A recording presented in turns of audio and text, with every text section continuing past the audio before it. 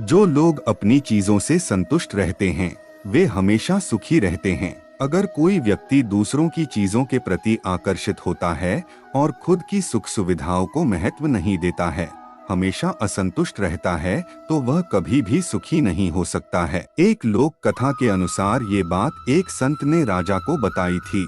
कथा के अनुसार पुराने समय में एक राजा अपने जन्मदिन पर बहुत खुश था। उसने सोचा कि आज मैं किसी एक व्यक्ति की सारी इच्छाएं पूरी करूंगा। राजा के जन्मदिन पर दरबार में भव्य आयोजन हुआ। प्रजा अपने राजा के जन्मोत्सव में शामिल होने के लिए दरबार में पहुंची थी।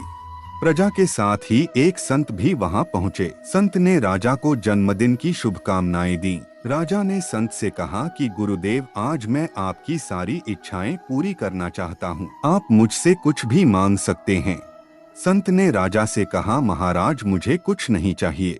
राजा ने संत से फिर कहा कि गुरुदेव, मेरे लिए कुछ भी असंभव नहीं है। आप अपनी इच्छाएं बताएं, मैं उन्हें जरूर पूरी करूंगा। राजा जिद कर रहा था तो संत ने कहा कि ठीक है राजन, मेरे इस पात्र को स्वर्ण मुद्राओं से भर दो। राजा ने कहा कि ये तो बहुत छोटा काम है, मैं अभी इसे भर देता हूँ। राजा ने जैसे ही अपने पास रखी हुई मुद्राएं उसमें डाली, सभी मुद्राएं गायब हो गईं। राजा ये देखकर हैरान हो गया।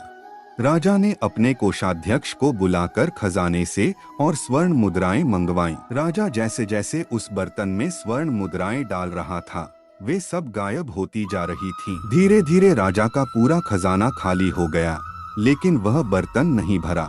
राजा सोचने लगा कि ये कोई जादुई पात्र है, इसी वजह से ये भर नहीं पा रहा है। राजा ने संत से पूछा कि इस बर्तन का रहस्य क्या है?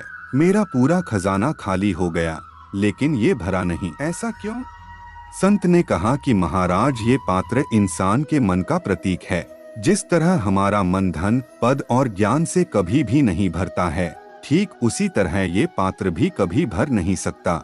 हमारे पास चाहे जितना धन आ जाए, हम कितना भी ज्ञान अर्जित कर लें, पूरी दुनिया जीत लें, तब भी मन की कुछ इच्छाएं बाकी रह जाती हैं। हमारा मन इन चीजों से भरने के लिए बना ही नहीं है। संत ने आगे कहा कि जब तक हमारे मन भक्ति की भावना नहीं आती है, तब तक ये खाली ही रहता है।